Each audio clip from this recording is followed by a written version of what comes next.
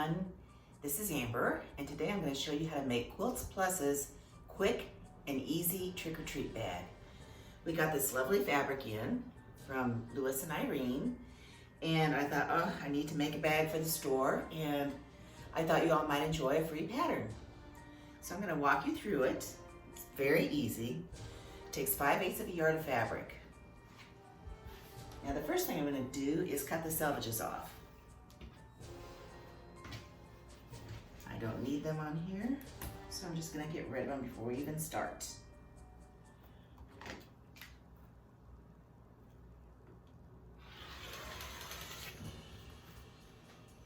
All right, I'm going to cut 4 inches for my handle.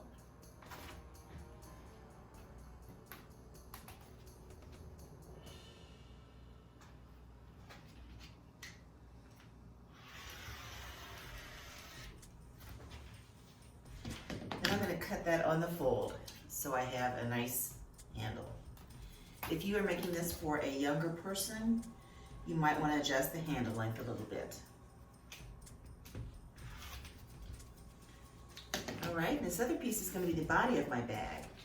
Now I'm going to turn it sideways because the print, that's the way the print would go. So I'm going to cut the fold on this piece of fabric. And that gives me my front and my back. Now, I think that 18.5 is a great size, but 18.5 by 21.5 is a little bit big. So I'm going to go ahead and trim off a little bit of this fabric so that it is 18.5 by 18.5. Doesn't take much, but I think that'll just make it not quite so cumbersome.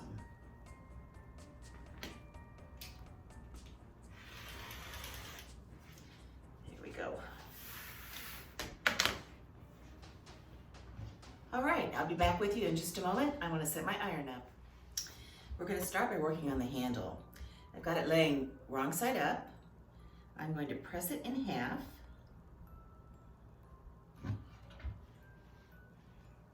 Notice I have on my heat-resistant thimbles.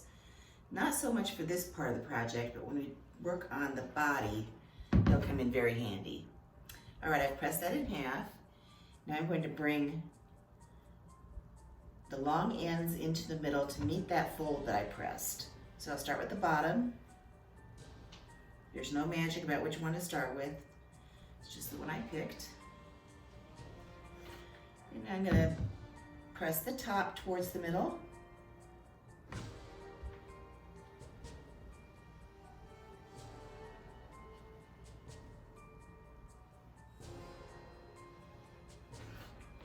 Now I'm going to bring the sides in, so I'm folding it over right at that fold, the fold I first ironed in, and I have a 1-inch handle.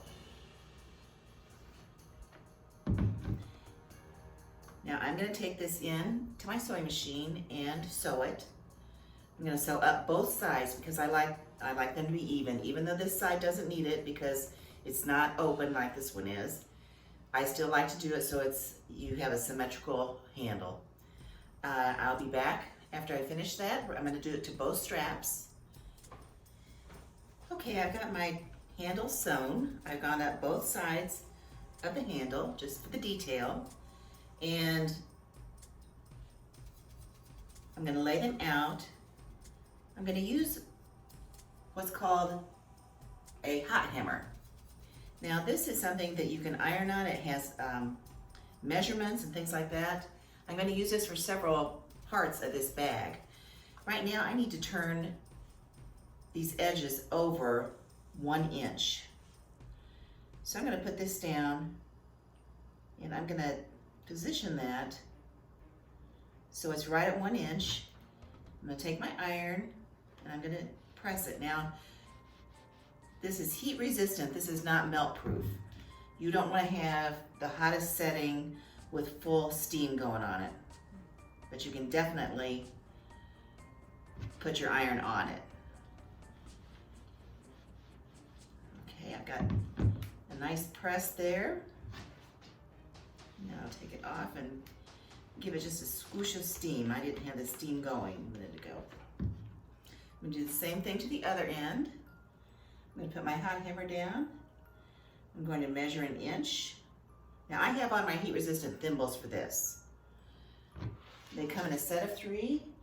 They are $4.50. And they're very handy to keep your fingers from getting scorched when you're doing this work where you have to hold things down like I'm doing.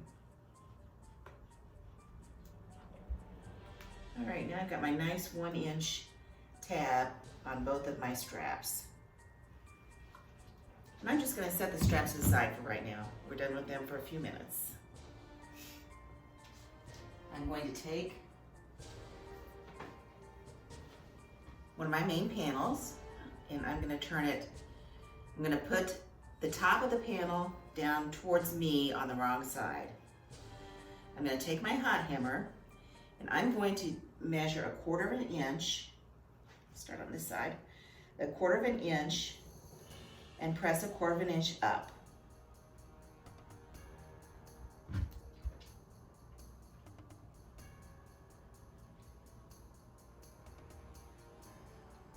Move it across.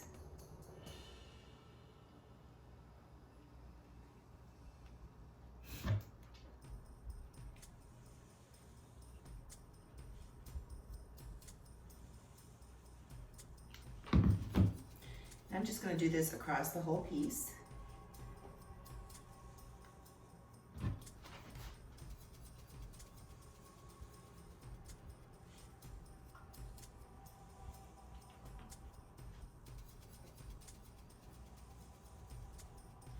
You'll notice I'm using my wool mat. I love my wool mat. My wool ironing surface. I've got it on my kitchen counter. All right, I've got my 1/4 inch. Now I'm going to turn it up 1 inch. So I'm going to start back down here again. And I'll line it up with 1 inch and scooch it till I'm tight.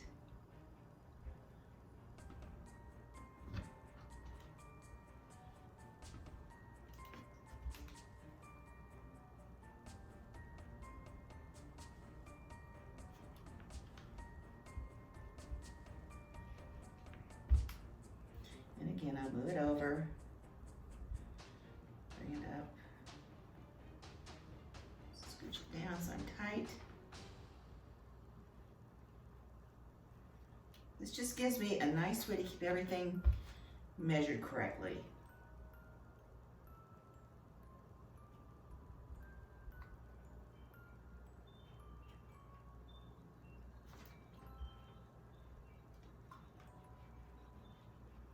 There are other ways to measure and press, but this is the way that I tend to do it. So this is how I'm showing you this direction, or this product.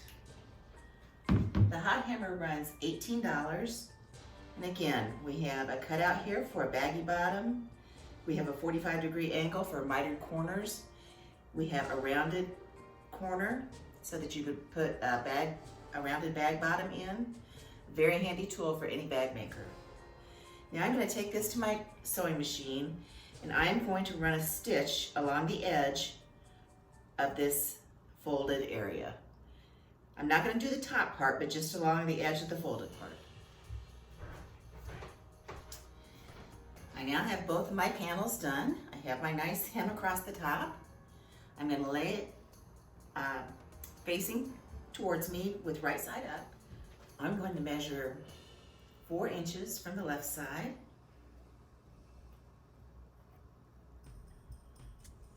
Make a mark with my friction pin. Then I'm going to measure 1.25 inches from the top. And I'm just going to make a T. Actually, I'm just going to make the T going sideways. I don't need to make a crosshair. I'm going to do the same thing with the other side. 3.5 inches over.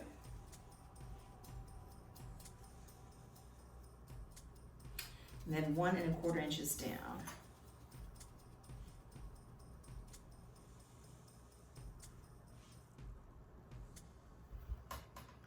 This is forming the little pocket square that you're going to attach your handle to. I'm going to bring that over closer to the camera so you can see how I drew those lines. I think you can see that.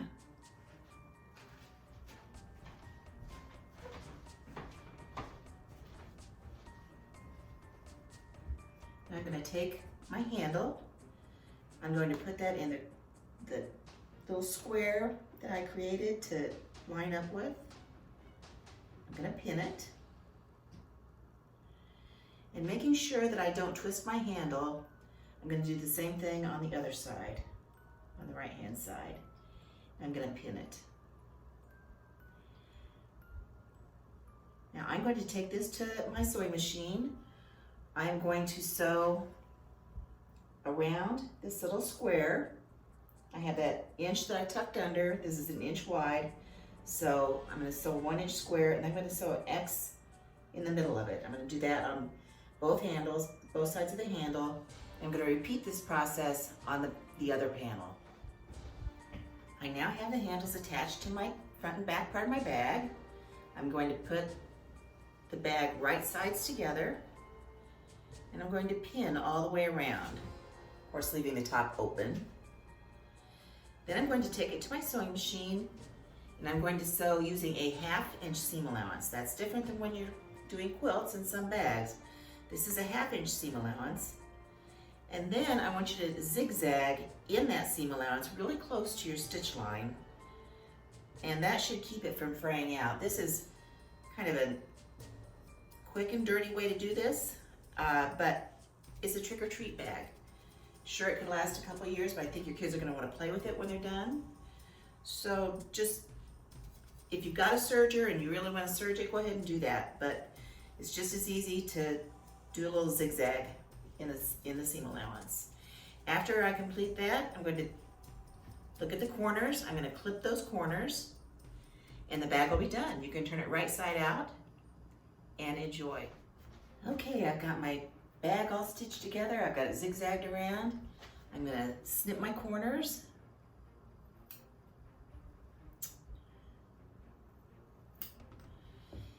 And I'm going to turn it right side out.